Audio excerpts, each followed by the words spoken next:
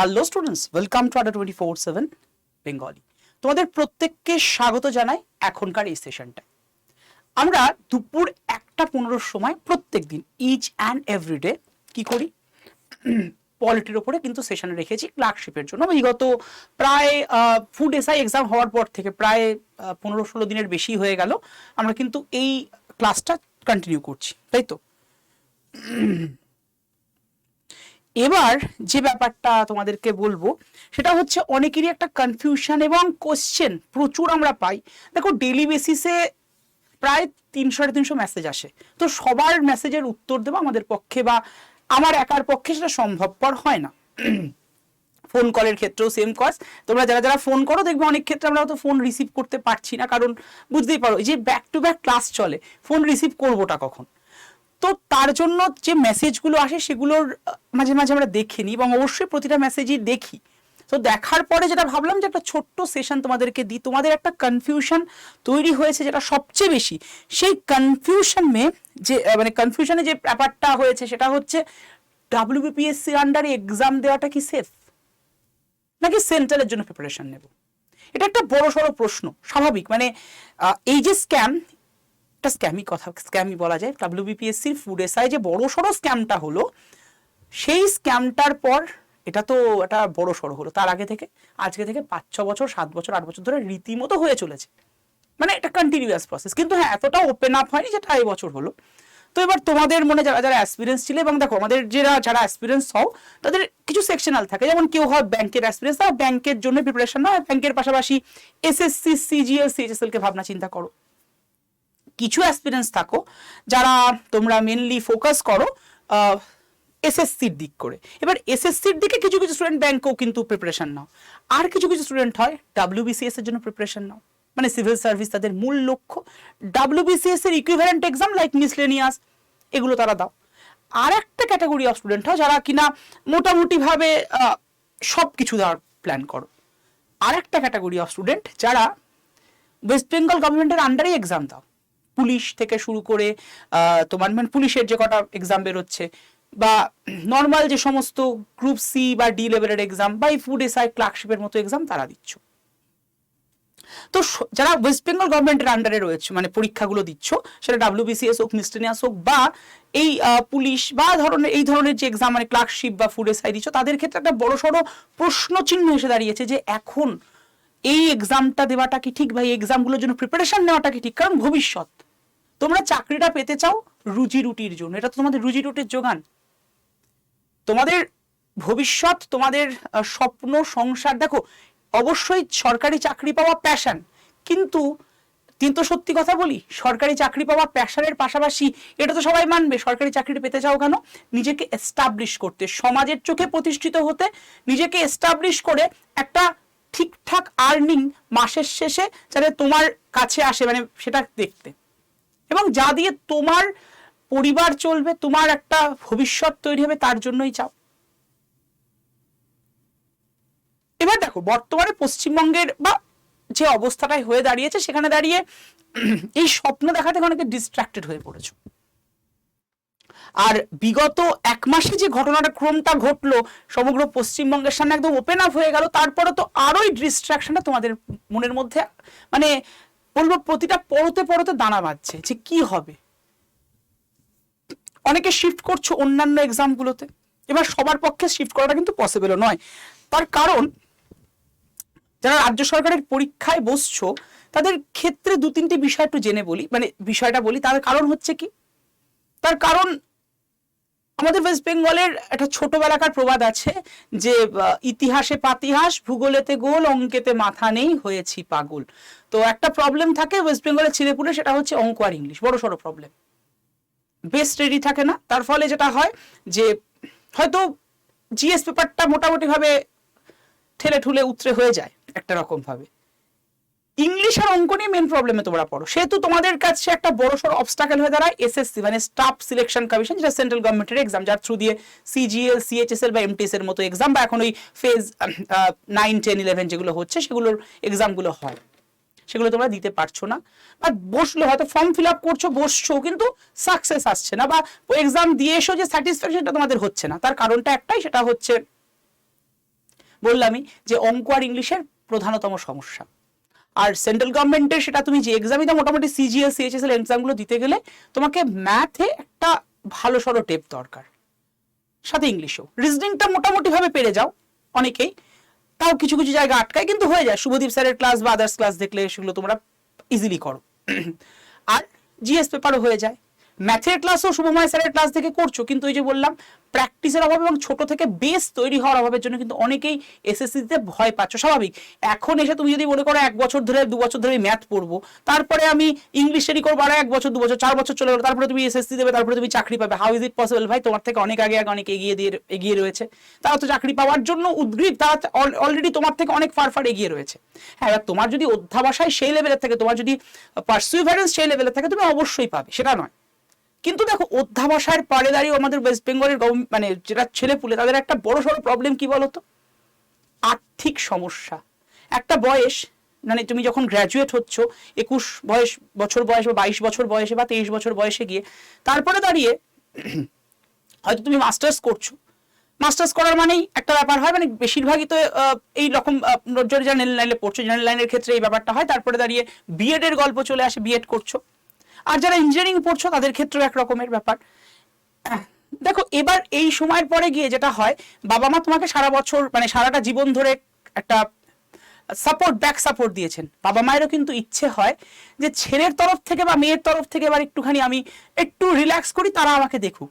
যদি তারা নাও মুখেও বলে, মন থেকে চায়, এবং সেই মনের কথা আশা করি তুমি বা তোমরা যারা যারা অ্যাসপিরেন্স রয়েছে বুঝতে পারো। কোথাও গিয়ে নিজে মনে হয় যে কিছু আনতো করি বাবা মায়ের জন্য। এবার অনেক সময় তারা যদি শক্ত সমর্থ হন, অসুবিধা হয় না। তুমি মনে হলেও বা তারা অনেক সময় সাপোর্ট করে যে না ঠিক আছে তুই এগো, পাশে আছি, পেছনে আছি, সবসময় আছি। কিন্তু ওই যে বললাম, আমাদের ওয়েস্ট বেঙ্গল গভর্নমেন্টের ছেলেপুলেদের আরেকটা সমস্যা, সেটা হলো ব্যাকগ্রাউন্ড, ফ্যামিলি ব্যাকগ্রাউন্ড। বেশিরভাগই নিম্ন মধ্যবিত্ত ঘরের ছেলেপুলে। তাদের ক্ষেত্রে একটা বয়সের পরে বাবা ওই সময় রিটায়ারমেন্টের দিক চলে আসে, এবং সেই রিটায়ারমেন্টের সময় বা যদি কোনো আনঅর্গানাইজ সেক্টরে তারা বিলং করেন, তাহলে রিটায়ারমেন্টও থাকে না।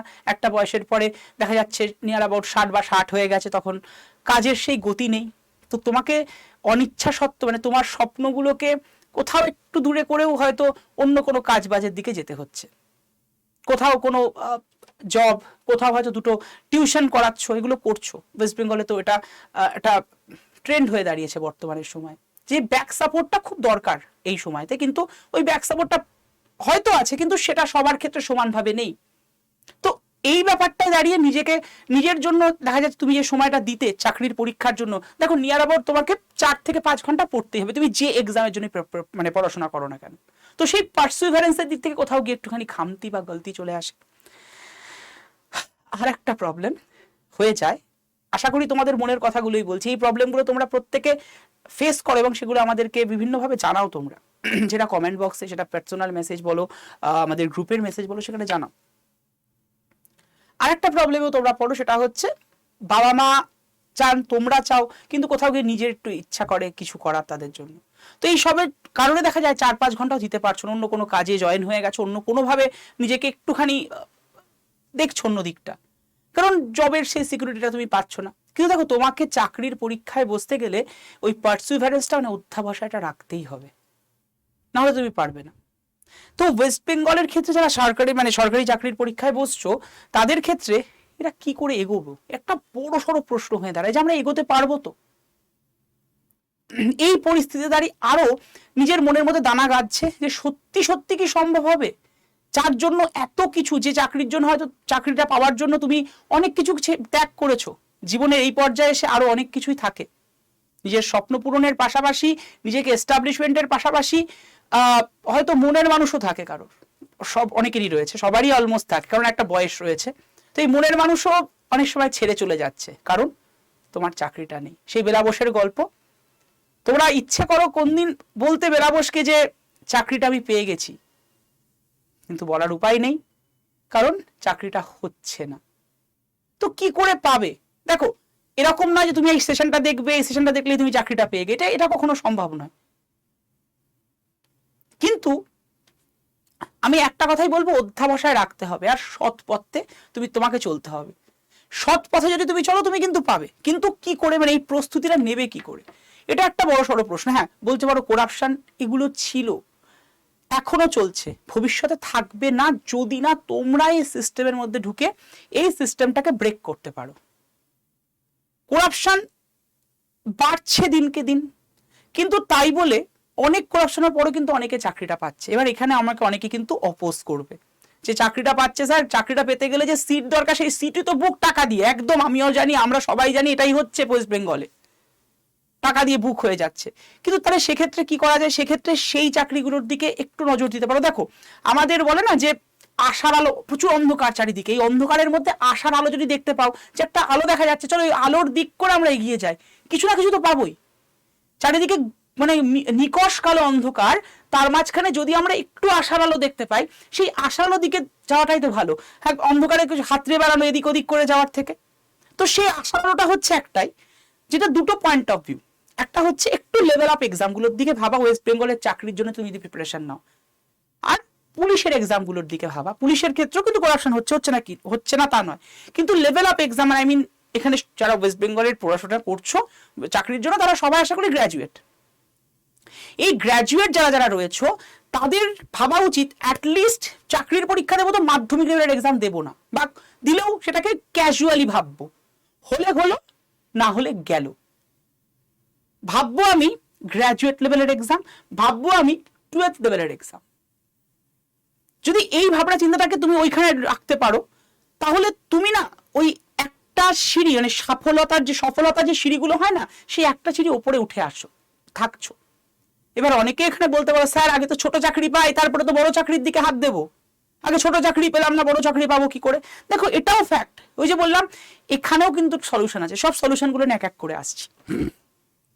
তুমি সফলতার সিঁড়ি যখন চড়তে গেছো, তখন নিজেকে একটু বড় করে দেখো না, গ্র্যাজুয়েট তো হয়েছো, অ্যাটলিস্ট গ্র্যাজুয়েট হয়েছো, মাস্টার্স না করো অন্য কিছু ছেড়ে দেয়, কিন্তু অ্যাটলিস্ট গ্র্যাজুয়েট তোমরা হয়েছো। তো গ্র্যাজুয়েশন লেভেলে আমাদের ভারতবর্ষের যে কোনো চাকরি, ইনফ্যাক্ট ভারতবর্ষের সর্বোচ্চ চাকরি আইএস আইপিএস, এগুলো তুমি গ্র্যাজুয়েট হয়ে দিতে পারো, আর কিছু কিন্তু ক্রাইটেরিয়া চাওয়া হয় না, মানে মিনিমাম ক্রাইটেরিয়া বা নমিনাল ক্রাইটেরিয়া যেটা চাওয়া সেটা কিন্তু গ্র্যাজুয়েশন কত মার্কস পেয়েছো চাওয়া হয় না। সরকারি চাকরিতে যদি তুমি দেখো স্কুল বা কলেজ লেভেলের চাকরি ছাড়া এবং ব্যাংকের কিছু কিছু পিওর চাকরি ছাড়া তোমার গ্র্যাজুয়েশনের মার্কসও দেখা হয় না, তুমি 3rd ডিভিশনে পাস করেছো না, তুমি হচ্ছে কি বলে ফার্স্ট ডিভিশন পেয়েছো, দেখে না এখানে, মানে ফার্স্ট ক্লাস না 3rd ক্লাস পেয়ে পাস করেছো, দেখে না এখানে, দরকার হয় না। তাহলে সেক্ষেত্রে তুমি যেটা করতে পারো, এই যে সময়টা, এই সময় এখানে যারা যারা ক্লাস করছো বা এই সেশনটাকে দেখছো, এটা আমি ক্লাস বলুন, এটা সেশন, নর্মাল সেশন, এই সেশন যারা যারা দেখছো তারা আমি ধরে নিতে পারি এজ গ্রুপ 18 থেকে 30, 32, 35 এর মধ্যে রয়েছে। যারা এই এজ গ্রুপের মধ্যে রয়েছে, হ্যাঁ কিছু কিছু যারা ওই শেষের দিকের বয়সের কথা বললাম, তারা অনেকটাই ফ্রাস্ট্রেটেড, আর যারা শুরু করছো তারাও এই পরিস্থিতিতে ফ্রাস্ট্রেটেড হয়ে পড়ছো। তো এখানে 2-3টে বিষয় মাথায় রাখো। দেখো আমি শুরুতেই বলেছি তোমাকে টার্গেট রাখতে হবে একটু লেভেল আপ এক্সাম, কারণ হচ্ছে লেভেল আপ এক্সামগুলো যদি তুমি দাও সেখানেও করাপশন হয় না তা নয়। WBCS এর মতো এক্সামে যেখানে একজন স্বয়ং বিডিও তিনি হয়ে যাচ্ছেন সাদা খাতা জমা দিয়ে বিডিও, তো করাপশন হচ্ছে, কিন্তু পরিমাণটা অতটা কম হয়, পরিমাণটা একটু হলেও কমে যায়, এটা একটা ব্যাপার। আর সেখানে অনেকগুলো টায়ার থাকে, মানে টায়ার 1, টায়ার 2, তারপরে টায়ার 3, যেমন আমি ক্লার্কশিপের কথা বলতে পারি, ক্লার্কশিপ 10th লেভেলের এক্সাম, কিন্তু ক্লার্কশিপে দেখো তোমার টায়ার 1 মানে প্রিলিমিনারি রয়েছে, টায়ার 2 মানে মেন্স রয়েছে, তারপরে টাইপিং টেস্ট রয়েছে। তো এই স্টেপগুলো তোমাকে কভার করতে হচ্ছে, এটা একটা বড় সড়ো ব্যাপার। তো এই ছোট ছোট জিনিসগুলোকে তুমি মাথায় রেখে সরকারি চাকরির পরীক্ষায় বসো ওয়েস্ট বেঙ্গলের ক্ষেত্রে, দেখবে তুমি মানে অনেকটা সেফ জোনে বিলং করছো। আর বললাম না সেফ জোন, কিছু কিছু ক্ষেত্রে সেফ জোন খুঁজতে হবে, কারণ তুমি তো টাকা দিতে পারবে না ভাই, তোমার অত টাকা নেই। আর আমি বলবো অত টাকা দিয়ে তুমি চাকরি করতে যাবে কেন? অত টাকা যদি তুমি যে চাকরি করতে যাও, তুমি যদি একটু নিটলি হিসাব করে টাকাটা তুমি ইনভেস্ট করে রাখো ব্যাংকে, একদম সত্যি কথাই বলছি, ব্যাংকে ইনভেস্ট করো, ওই টাকার যে সুদটা পাবে মাসে মাসে অনেক হয়ে যাবে। তো তার জন্য ওই টাকা দিয়ে চাকরি করতে যাও না, দেখছো তো হাল, ওই চাকরি করতে গিয়ে রিসেন্টলি আমাদের হচ্ছে যে কেসটা উঠলো প্রাইমারির কেস, সেখানে অনেকেরই কিন্তু চাকরি চলে যাবে, একটা প্ল্যান হচ্ছে, লাস্ট মঙ্গলবার দিনের যে কেসটা উঠেছে, তো সেখানে এরকমই বলা হচ্ছে। যাই হোক, সেটা যেটা হবে সেটা পরের গল্প। তো ওই রকম টাকা পয়সা দেওয়ার গল্পে যেও না, অনেকে অনেক প্রলোভন দেখাবে। তুমি যদি, আমি বলছি তুমি নর্মাল হিসাব করো, টাকাটা তুমি ব্যাংকে রাখো, আমি পোস্ট অফিসে রাখার কথা বলছি না, ব্যাংক রাখো, দেখবে তাও মোটামুটি কাছাকাছি তুমি একটা ইকুইভ্যালেন্ট মানি পাচ্ছ প্রতি মাসে মাসে। তো ওইসবের চক্করে পড়ো না, নিজের পড়াশোনাটাকে নিজে ফোকাস রাখো, ঠিক আছে? তো এর জন্য যেটা করতে হবে বললাম, পার্সিভারেন্স রাখতে হবে, তোমার অধ্যাবসায়টাকে বজায় রাখতে হবে। কি করে পড়বো আমি সেট আপ করেছি, 5 ঘন্টা তোমাকে দিতে হবে। দেখো, যে কাজ করছো আমি জানি অনেকে এখানে হয়তো টিউশন করো, আমাদের অনেকেই শেয়ার করো স্যার আমি টিউশন করছি, সারাদিন টিউশনের পরে বাড়ি এসে ভীষণ ক্লান্ত হয়ে যায়, বা কেউ বলছেন একটা ছোটোখাটো কোম্পানিতে জব করছি, সারাদিন জব করার পরে আর শরীরটা চলে না। কিন্তু ওই যে দিনের শেষে আশার আলো, ওটাকে তো ভুললে হবে না। দিনের শেষে নিজের ইচ্ছে, নিজের প্যাশন, নিজেকে সমাজে একটু হলেও প্রতিষ্ঠিত করার ইচ্ছে, এগুলোকে তো ভুললে হবে না। তো তার জন্য যেটা তুমি করবে, 5 ঘন্টা, 4 থেকে 5 ঘন্টা অ্যাটলিস্ট বের করো। যদি তুমি ধরে নিই আমি সন্ধ্যে 7টা 8টা 9টায় বাড়ি ঢুকছো, একটু রেস্ট করে একটু ডিনার করে রাত্রিবেলা পড়ো, 10টা বা 12টা 11টা থেকে পড়তে বসলে 12টা 1টা 2টো 3টে, কষ্ট করতে হবে, একটু তো কষ্ট হবে, হয়তো শরীরের কষ্ট হতে পারে, কিন্তু ম্যানেজ তো করতে হবে। আর যদি তুমি সকালে পাও, দেখো এই রুটিনটা বা টাইমিংটা সেটা তোমাকে সেট আপ করতে হবে, কোন সময় তোমার জন্য ভালো। সেটা হয়তো 2 ঘন্টা 2 ঘন্টা 4 ঘন্টা হতে পারে, 2.5 ঘন্টা 2.5 ঘন্টা 5 ঘন্টা, বা একসাথে 5 ঘন্টা। আমি বলবো এরকম ভাগ করে নাও, একসাথে 5 ঘন্টা বা 4 ঘন্টা পড়তে গিয়ে কোথাও গিয়ে তুমি হয়তো খেয়ে হারিয়ে ফেলতে পারো প্রতিদিনের বেসিসে। 1 দিন বা 1.5 দিন বা 2 দিন হয়ে যায়, কিন্তু প্রতিদিন সম্ভব নয়। তো যেভাবে তুমি পড়াশোনা করছো, এই 4-5 ঘন্টাকে সেট আপ করো, এবং 4-5 ঘন্টার মধ্যে তোমার যে এক্সাম, দেখো ওভারঅল এক্সামের সিলেবাস এক, WBCS ছাড়া অন্যান্য এক্সাম যদি তুমি দেখো, WBCS এর সিলেবাস একই, কিন্তু WBCS এর ক্ষেত্রে একটু স্পেশালাইজড ভাবে পড়াশোনা করতে হয়, অনেক ডেপথে পড়তে হয়, ইন্ডিভিজুয়াল বইগুলো পড়তে হবে। ওয়েস্ট বেঙ্গল গভর্নমেন্টের চাকরি নিয়ে আলোচনা করছি, প্রথমেই বলছি, সেই কারণে WBCS এর কথা বললাম। কিন্তু তুমি অন্যান্য এক্সামগুলো দেখো, ওভারঅল সিলেবাস এক। ওর মধ্যে জেনারেল স্টাডিজের মধ্যে history, geography, polity, current affairs, GK থেকে শুরু করে সায়েন্সের 3টে পার্ট, ওদিকে ম্যাথ, রিজনিং কিছু কিছু এক্সামে আছে, কিছু কিছু এক্সামে নেই, আর তোমার ইংলিশ, এই তো ব্যাপার। তো সে তার জন্য যে সাবজেক্টগুলোতে তুমি কম, মানে ধরো তুমি ধরে নিই যদি ম্যাথে কম হও, মানে একটু একটু কম কম নাম্বার আসে, একটু ছোট থেকে ভয় থাকে, তো ওটার উপরে 1 ঘন্টা সময় রাখো। ইংলিশে যদি একটু কম হও, তাহলে ইংলিশে একটু 1 ঘন্টা সময় রাখো। জিএস পেপারের যদি পার্টিকুলারলি কোনো সাবজেক্ট, হয়তো পলিটি কোনোদিন পড়োনি, পলিটিতে একটু কমা লাগছে, নিজেকে মানে সময় দিতে পারছো না, তো তার জন্য ওইটার জন্য সময় রাখো। তো যেটার একটু কম সেটাকে একটু বেশি সময় দাও, আর যেটাতে ভালো, মানে ছোটবেলায় একটা কথা বলা হতো, যেটাতে ভালো সেটাকে পড়তে হবে না। অনেকেই হয়তো বাবা মারা বলে থাকবেন বা টিচাররা বলে থাকে, ওটা যদি বেশি নাম্বার পাস, ওটাই পড়তে, পড়াশোনা কম কর, যেটা কম না বাবা সেটা করে পড়। কম্পিটিটিভের ক্ষেত্রে কিন্তু সেটা ভাবলে হবে না, তুমি যেটাতে ভালো সেটাতে আরো বেশি করে, মানে সেটাকেও ভালো করে পড়ো, আর যেটাতে কম সেটাকে অবশ্যই বেশি সময় দাও। কিন্তু যেটাতে তুমি মানে অনেকটা কমফর্ট জোন তোমার যে সাবজেক্টে, সেই সাবজেক্টকে একদম ইগনোর করা নয়, সেটাকে ছেড়ে দিয়ে পরীক্ষার আগের দিন পড়লে হবে না, তোমাকে পড়তে হবে। আর যেটা দরকার সেটা হচ্ছে প্রপার ভাবে প্র্যাকটিস করা, প্রপার ওয়েতে প্র্যাকটিস। মানে তুমি যদি এখানে তোমাকে 3টে জিনিস বলবো, সেটা হচ্ছে তুমি রুটিন সেট আপ করো, পাবি ডেলি বললাম 4 থেকে 5 ঘন্টা ডেলি, উইকলি আর মান্থলি, এই 3টে রুটিন তুমি এখানে সেট আপ করো।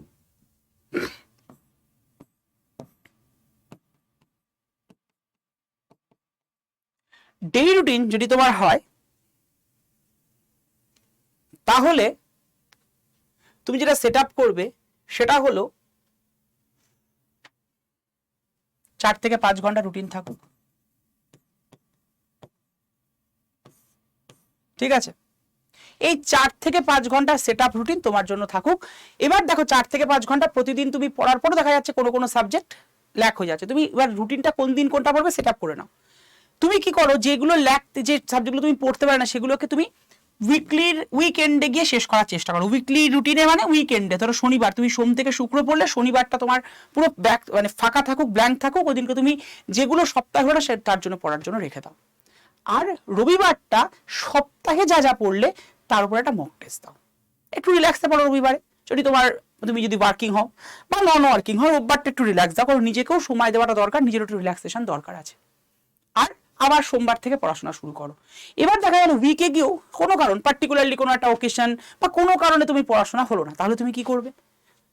একটা মান্থলি সেট আপ করো। মান্থেও কিন্তু তুমি এখন মনে রাখ করলে যে আমি হিস্ট্রি থেকে এতগুলো চ্যাপ্টার, পলিটি থেকে এতগুলো, ম্যাথের থেকে এতগুলো, সায়েন্স থেকে এতগুলো, এগুলো কিন্তু সেট আপ করে রেখে দাও। মানে তোমার টার্গেট থাকুক ওই যে যেমন আমাদের নীতি আয়োগের টার্গেট আছে না 3, 7, 15, ঠিক সেরকম 3 বছর, 7 বছর, 15 বছরের টার্গেট ওটা সেট আপ করে দিচ্ছে, ঠিক সেরকম এখানে তোমার টার্গেট সেট আপ থাকুক মান্থলি, একদম মান্থের টার্গেট একদম সেট আপ হয়ে থাকুক তোমার জন্য, মান্থলি, উইকলি, ডেলি। ঠিক আছে, এভাবে তোমার টার্গেটটা সেট আপ থাকুক, তাহলে দেখবে তুমি তোমার যে লক্ষ্যে এগোতে চলেছো সেটা অনেকটাই কিন্তু ফুলফিল হয়ে যাবে।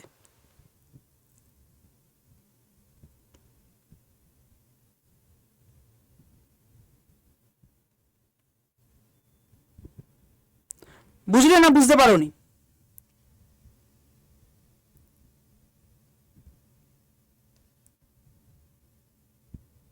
আচ্ছা, সো এইভাবে নিজেকে এগো। তাহলে আমি তোমাদের একটু সরে গেছিলাম বিকজ অফ, তাহলে তোমরা লিখতে পারো ডেইলি, উইকলি, মান্থলি রুটিন।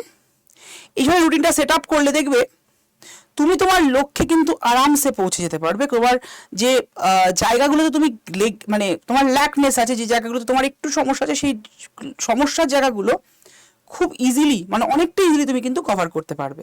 এবার যদি বলো গিয়ে দাঁড়িয়ে স্যার করাপশন, আমি দেখো এটার কথা শুরুতেই বলেছি, করাপশন ছিল, করাপশন আছে, বাট করাপশন থাকতে পারবে না তখনই যখন তুমি বা তোমরা এই বিষয়টা নিয়ে এগোতে পারবে। ঠিক আছে, এটা একটা কিন্তু বড়সড় দিক। তো চেষ্টা করো নিজেদেরকে ডিমোটিভেটেড না হয় একটু মোটিভেট করার, কারণ সেকেন্ড অপশন খুব একটা তোমাদের কাছে যে ওপেন আছে তেমনটা নয়, প্ল্যান বি তোমাদের কাছে যে খুব একটা ওপেন আছে তেমনটা নয়।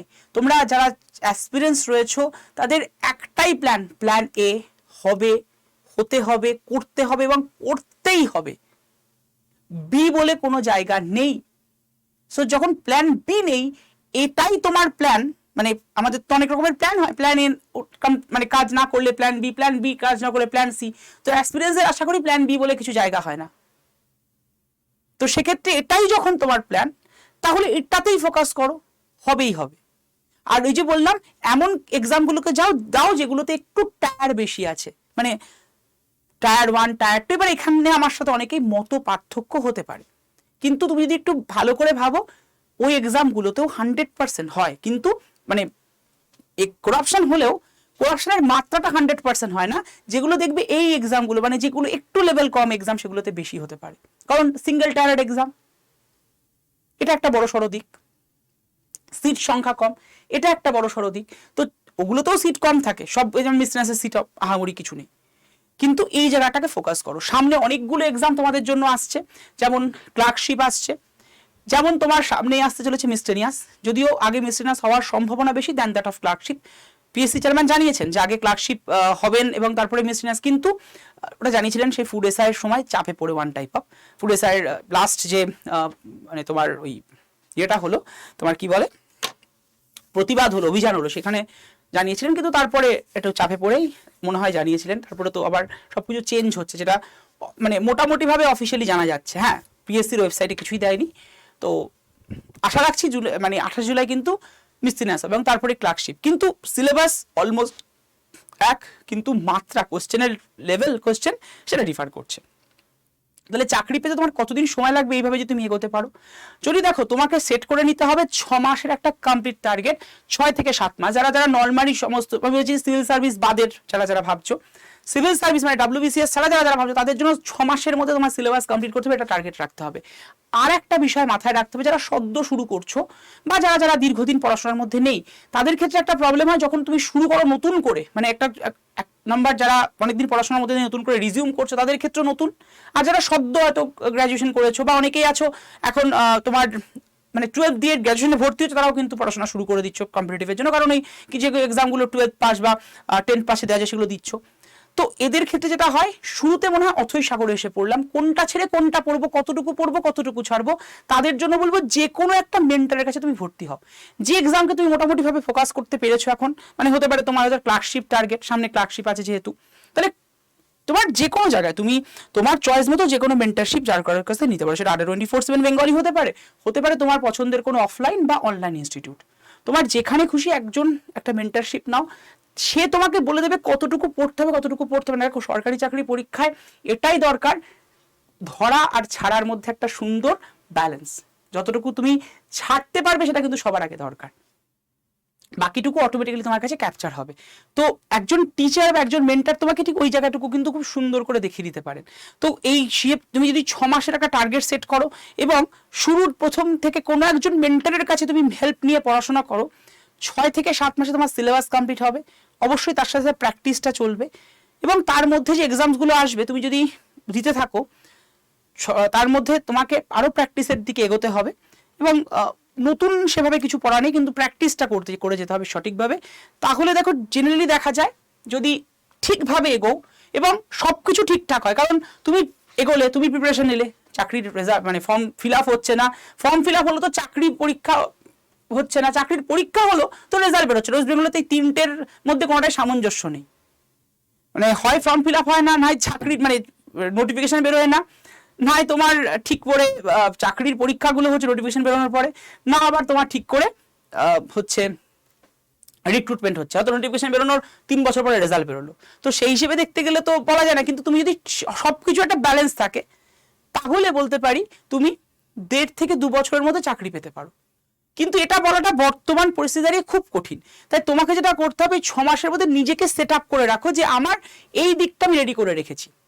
এবার দেখো, এবার 6 মাস পরে যদি তোমার গিয়ে বা 7 মাস পরে বা 8 মাস পরে যখন তোমার প্রিপারেশনটা একটা ঠিকঠাক ফেজে চলে গেল, মনে হয় যে না এখন কোনো চাকরির পরীক্ষা হচ্ছে না, আমি তাহলে কি করে এগোবো, এই পরিস্থিতিটাকে ওভারকাম করবো কি করে, সেক্ষেত্রে তুমি কিন্তু শিফট করতে পারো।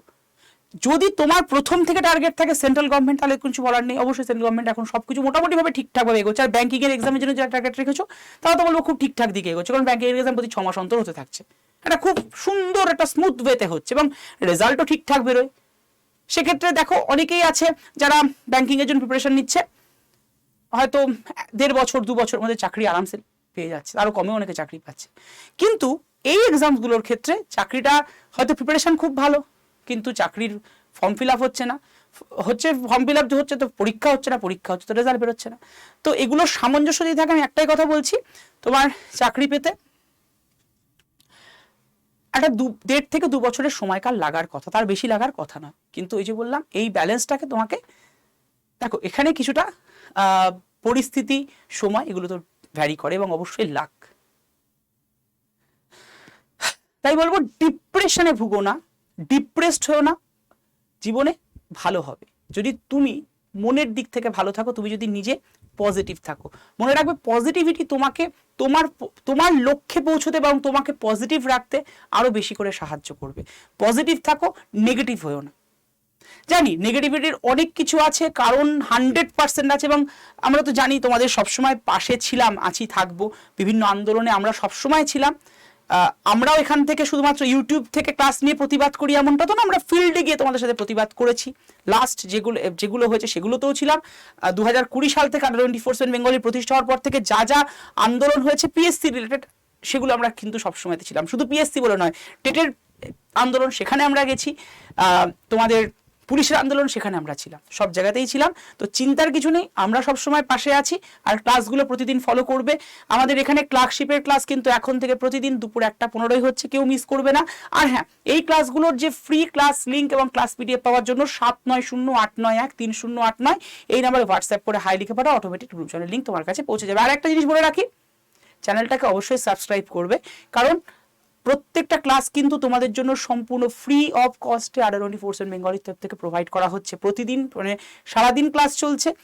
তোমার যে সাবজেক্টগুলোতে বেশি করে এমফাসিস করা দরকার সেগুলোর ক্লাসগুলো অবশ্যই করো এবং পারলে সব ক্লাসই করো তোমাকে আরো বুস্ট আপ করার জন্য। ঠিক আছে, ভালো থেকো, সুস্থ থেকো। আবার সোমবার থেকে তোমাদের সাথে প্রতিদিন দুপুর 1:15 ক্লার্কশিপের জন্য স্পেশাল ক্লাসে দেখা হবে।